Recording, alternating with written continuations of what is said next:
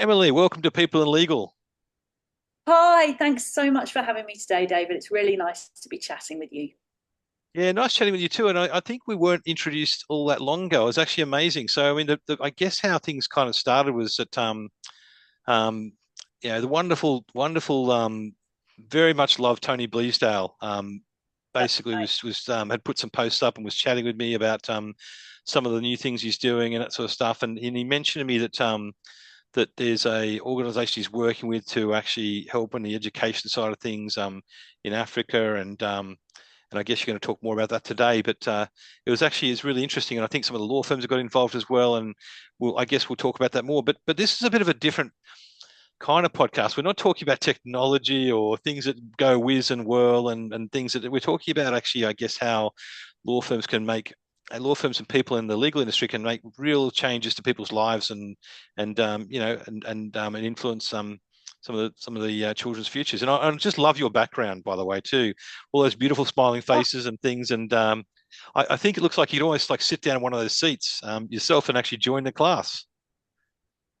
that's right. My classmates here. I was We're going to all here say together.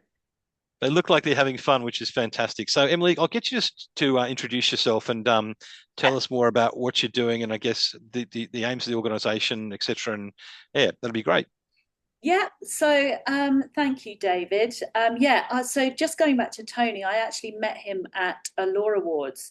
So They Can, the organisation I work for, we are a philanthropic partner of Lawyers Weekly, and have been for a few years. And so we'll often go to events, and Tony just happened to be sitting next to me, got talking, and I think just talking about what we were doing around education and empowerment, it just really struck a chord with Tony.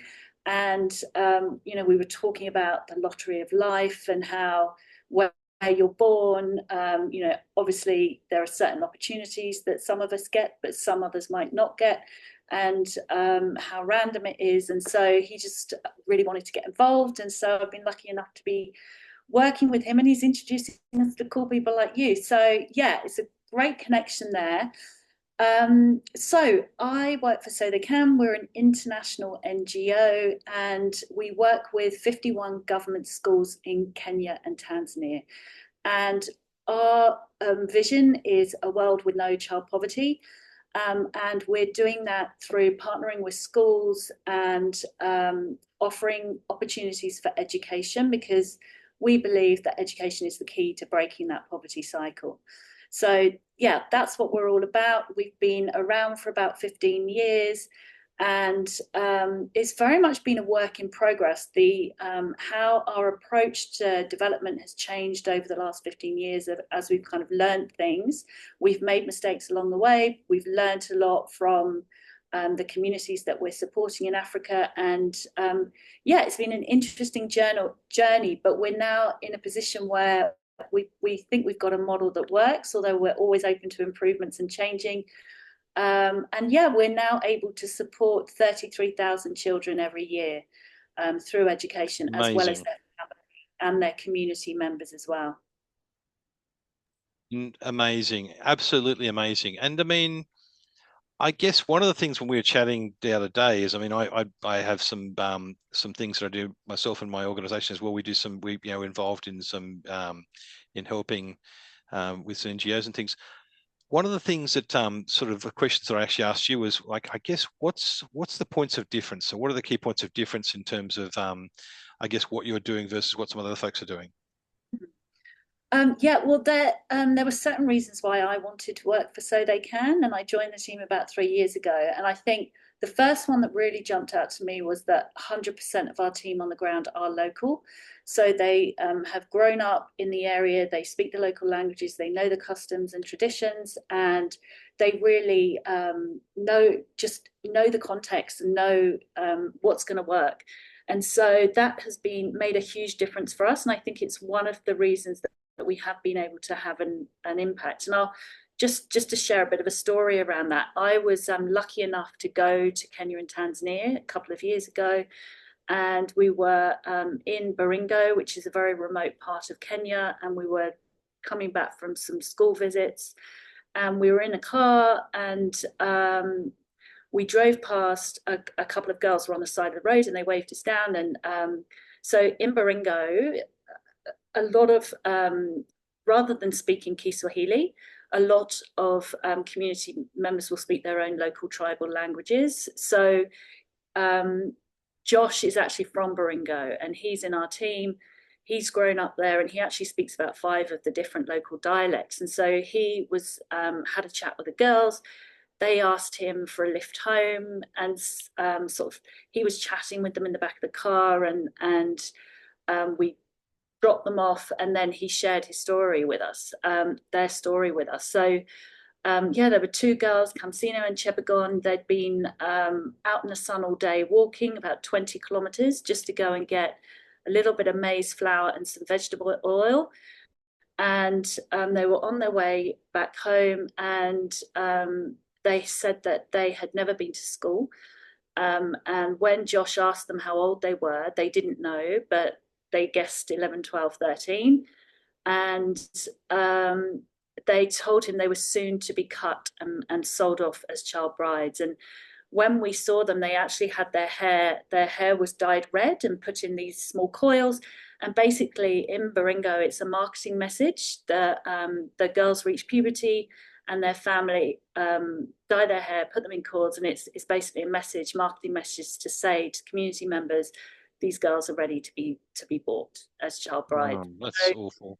they didn't want to be cut and sold, and so it was actually quite distressing when we dropped them off. We were really concerned about them, and that's why it was such a relief for us when a couple of weeks later Josh got back in touch with us and told us that they had managed to track down the 2 families of the girls, and after lots of trust building and chatting with the families then agreed to join our family strengthening program, which is one of our community programs.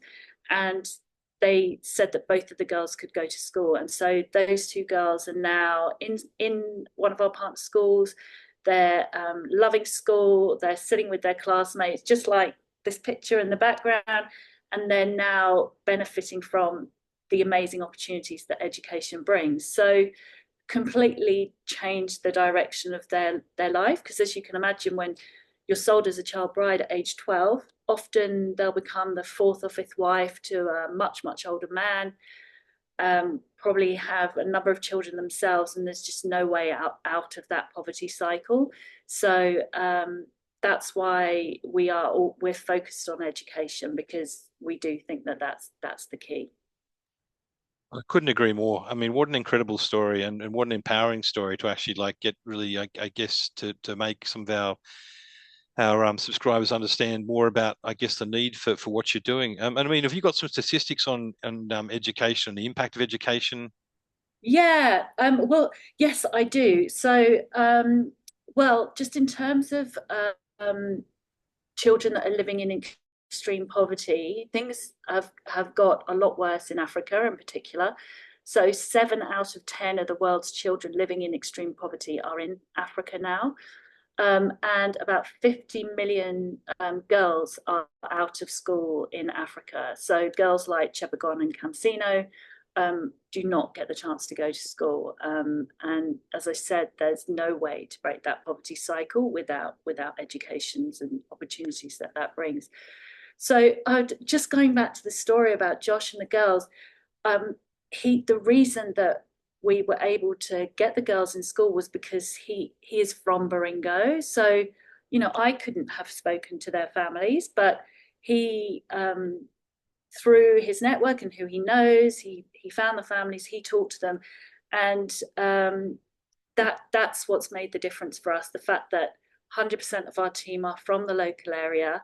And not only that, they also work with a network of about 150 local mums and dads. So we call them our local champions, and we have them in all of our partner schools across Kenya and Tanzania. And they are mums and dads with children at the school. They work really closely with our team, particularly around trying to get girls in school. And one of our programs is called Keeping Girls in School.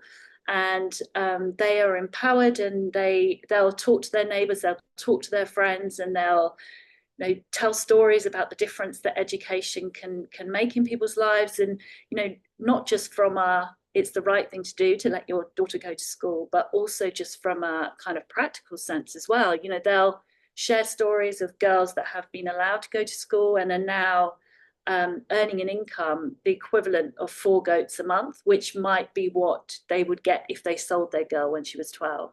So that there's that practical reason for giving girls an opportunity to learn and develop and sort of fulfill their potential.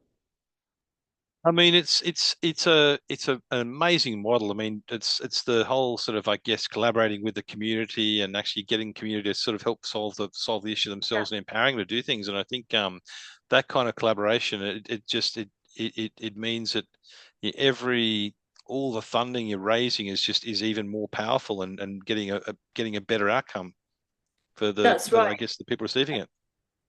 Well, when we first started work, so another reason I wanted to work with So They Can is that one of our values is courage, and it really resonated with me.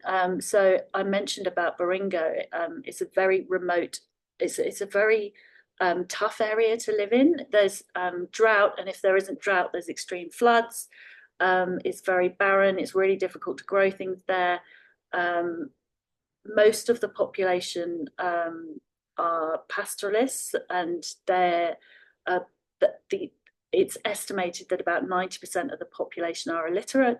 And so there's very limited access to schools, to education, limited access to healthcare, sanitation, clean water. So, all the basics that we take for granted living in Australia, it can be a daily struggle for families just to survive and get food. So a lot of NGOs don't want to work in Baringo. There's also kind of a history of tribal violence, and because it's so remote, it's very hard to get to. And but as I said, one of the values of So They Can is courage, and sort of going to the hard to reach places and doing and going where other people might not go and not leaving anyone behind. So yes, so sorry. So we've been working there for about 5 years, and our team on the ground tell us that about 60% of girls are at risk of being sold off as child brides before the age of 13. And so, and obviously they're quite ingrained cultural norms for girls, being really at the bottom of the ladder in terms of importance. It's men, boys, cattle, goats, women, girls. And girls are very much seen as the property of their fathers and brothers. And so we thought it would take at least a generation to change the attitudes, but it's actually happened a lot quicker than we thought. And I think that's due to having that local involvement of the community being involved. And we've actually seen in the partner schools that we've been working with there, enrollment of girls has gone up by 76% in the last 5 years. So It's it is incredible. making a and now, yeah, those girls are being able to fulfill their potential. And I mean, even last month, our manager in Baringo, Jane, who actually escaped female genital cutting and child marriage herself and was able to get an education and is now working with us. She's an amazing role model for the girls. She Oh, sorry, I completely lost my train of thought, David. What was I saying before? Sorry. That's all right. You're talking example of one of the people you're working with, that sort of stuff, and talking and basically I think we're talking about Oh, stories, like particular sorry. stories. Sorry. She went to visit one of our partner rescue schools, which is a high school for girls. And so about 75% of the 550 girls have run away from home, and they stay in this boarding school because it's safe for them to be there. They get an education. And she was talking to them about career aspirations last month. And out of about 160 girls, 48 wanted to be engineers. And it's incredible that it's just, to me, it's just amazing that these girls who were going to be sold off at 12 and have no chance of an education and now have these aspirations to build roads and infrastructure and support their community and give back to their community as engineers. So it's pretty cool the difference that it can make. Oh, absolutely. And just, I mean, building a future talent. I mean, I'm going to come from a from a HR standpoint here, from a recruitment standpoint here, but you look at this, you go to yourself like, what an amazing pool of future talent. Like, I mean, like it's so rich in amazing people that can have the chance to actually to build things and build things and make, I guess, their community a better place, their country a better place. It's just incredible, and it's a real grassroots up sort of approach to things. I mean, I just love it. Yeah, yes, it's we're very lucky. We've got an amazing team on the ground. We've got amazing communities that we work with, and yeah, we're just looking for people to join us and get involved if they want to make a difference. I'm really curious. I mean, I think again, and at the beginning of the podcast, I sort of, usually we're talking about people and their career stories and what's going on and shiny tech tools and business things and that sort of stuff. I mean, this has got a really it's got a really good feel good element to it. And I'm thinking to myself from point of view of working in the legal industry. And I've got to say, I mean, legal and legal tech industry, it's a fantastic place to be. And so, what are some of your experiences in terms of like partnering with legal tech and law firms and being, I guess, how's that sort of what kind of things are they doing? How are they partnering with you? It'd be interesting to hear some stories. Yeah. Um, so we've been partnering with Wooten and Carney for a few years, and it's what I love about working with different businesses is that the relationship and the partnership really sort of grows and evolves, and things come up and ideas come up, and it's just like, should we do this together? Yeah, cool, let's do that. And I think sort of having that basic alignment and shared values around we do want to make a difference. We're all busy and heads down getting on with our jobs, but to be able to, while we're doing our jobs, also help people on the other side of the world, as and sort of really, I suppose, respond to that social justice need, especially for law firms, and human rights. And we all know education is a human right. So I think it does really resonate. And so yes, sorry, there's so many ways that law firms can get involved, and any firms can get involved. So Wooten and Carney, quite a few years ago, they actually sent some volunteers out to our projects in Kenya, and they volunteered for about a week and helped with one of our schools. They also actually ran the Maasai Marathon in burning heat in the heat. And I think the marathon didn't start till like 11 o'clock in the morning, so it was a tough run for them. Um, they actually, a couple of years ago, they had a staff survey that they really wanted their teams to engage with, and so they said to their teams, for everyone that fills out this staff survey, we'll donate $250 to So They Can, and this is the difference that $200 will make. And they got great engagement, so it was a complete win-win. The lawyers felt great about doing the survey. They got the data that they wanted, and it was amazing. For obviously they had a huge impact on the ground in Africa. So lots of different ways. We've had other companies where they've wanted to do team bonding activities, and they've gone on team walks, and then they've come back, and then we've done a customized session for their team on an area of interest, whether it's gender equality or food security or period poverty. So yeah, there's just the endless ideas around how we can work together depending on passions and interests. And yeah. And who do you find in, I guess, who's been mainly sort of in within a firm or within a company, sort of who are the folks that are typically reaching out to you or actually seeking or getting the partnerships together? So who in our Yeah. listeners, who are those folks that are doing that? Sometimes HR managers will do it, and Hmm. that's great because Another way that we love to work with companies is if they're keen to set up a payroll giving program within, which is a really easy way for their teams to get involved and just regularly support. So they can. So it might be $5 a month, and it's taken pre-tax, and it's all done. They don't notice it because it just comes out of the salary each month, but they'll get regular updates on the difference again that their donation's making. So HR people often, or it might be the corporate social responsibility manager, um, social impact manager, pro bono manager. So it very, very diverse actually, in terms of who we talk to. I guess what it does, it sends a really strong message as well from point of view of any size business. I mean that there's a bigger picture, Yeah, um, and that they're good, they're good business citizens. I won't use the word corporate, but business citizens. I mean, they're yeah. basically they're doing the right thing. They're kind of there's an outcome to what people are doing beyond the paycheck, beyond the profits, and that kind of thing. They're making a real difference. That's right. And I was actually we so something we'll also do is if I can go, if one of us can go in person and talk to a team.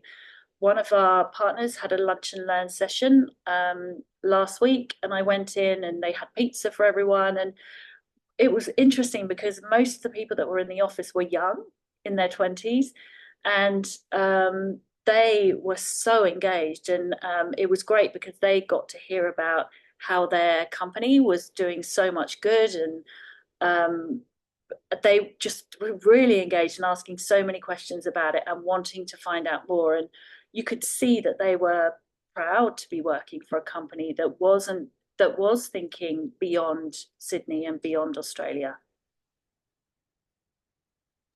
I found from a talent point of view, and that one of the things that people, when they kind of look at organizations or businesses, they want the sense of connection, Mm, and they want to feel like that the company they're actually going into isn't just a profit machine, but also actually has a bigger purpose, and they want to feel connected with that purpose. And I'm not getting all sort of like, hazy daisy and things like that. But basically, it's about feeling like, that says a lot about the company from standpoint of a particular candidate. They look at that and they go, what are these guys like? What's the culture like?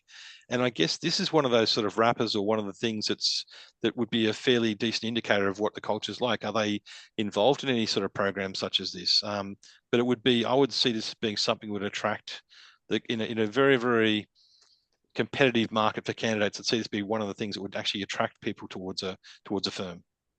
yeah, I think so. I'm hearing more and more that that graduates particularly are looking are they want something, they want something more. They don't, of course their salary is important, and the skills they're going to learn, but they want purpose. They want to know that they want to feel proud of where they work. They want to know that they care about the planet, they care about people. So yeah, it's definitely I being talked about a lot more. And I think companies are being put on the spot in terms of interviewees asking what they're doing. We're noticing more people are asking detailed questions about culture, and it's a real tell. I mean, somebody said to me once, well, what are these, what once we hear a number of times, but what's the company really like?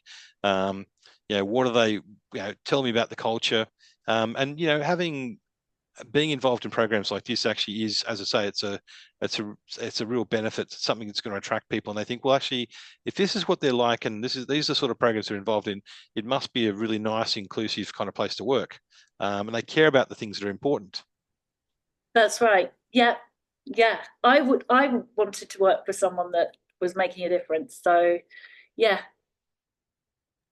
So that's excellent. And I guess you've got, so Emily, I mean, I have to say, I mean, when we spoke the other day, I mean, I just love your enthusiasm and passion for all of this, and I want to, I would love for as many people as possible to sort of see this podcast and get involved. And do you want to talk about how they can get involved with the programs you're working with now? sure. Yes, thank you, David. So as I mentioned, payroll giving is a really simple and effective way to involve your teams. So I think you'll include a link to that page, David, in the podcast. So lots of options for how we can set that up with you. We've also got a campaign called 1 in a Million, where we're trying to get 1 million people to give $1 a month, which will mean that we could go from supporting 33,000 children a year to supporting 500,000 children every year. So $1 a month, you would hope that it's a low barrier entry. So again, it's really just helping us get the word out there about it. It's really easy to sign up, but we just need more people to hear about it. And if we all gave $1 a month and we got 1 million people, we could do amazing things and make a real difference. Well, I'd like to say that from a Novum Global point of view, which is one of our sort of the companies we work in, I'd like to say that we'll be talking to you after this podcast about being involved ourselves from that standpoint. So, basically we like to put our money where our mouth is. And as I say, I would encourage everybody that's listening to the podcast to actually, it's not a lot of money to put down. I mean, basically, and look at the outcome. Look at those beautiful smiling faces in the background. Look at the fact that you're actually, you're giving girls a real chance to actually fulfill their dreams and actually have an amazing life and that sort of stuff. And kids, I mean, basically, building communities and from a really ethical organization that are passionate about making a difference, that are partnering with the community in such an innovative way. Thank you, David. Yeah, thank you so much. Really, really appreciate talking to you, and loved being on your podcast. Thanks very much, Emily. Really a pleasure having you as well. And we'll put the details of where to actually get involved with the program on the podcast. Thanks again. Thank you.